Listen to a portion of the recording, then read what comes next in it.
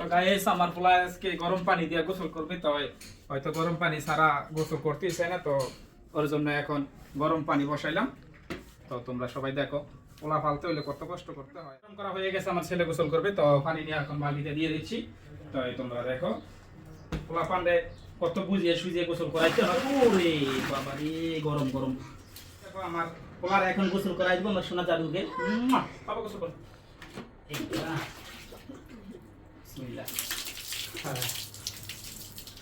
বাবা ঠান্ডা বেশি না গরম বেশি? তো এখন গোসল করাই দিচ্ছি। ও বাবা মজা লাগে গরম পানিতে গোসল করতে?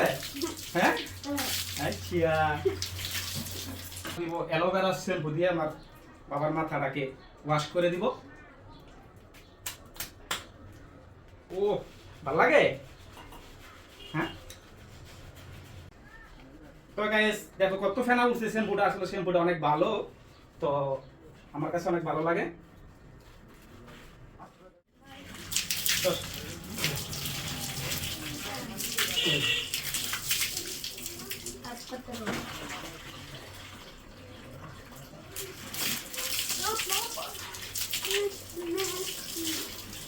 তো গাইস আমাদের বাবুর গোসল করা শেষ, আজ এই পর্যন্তই।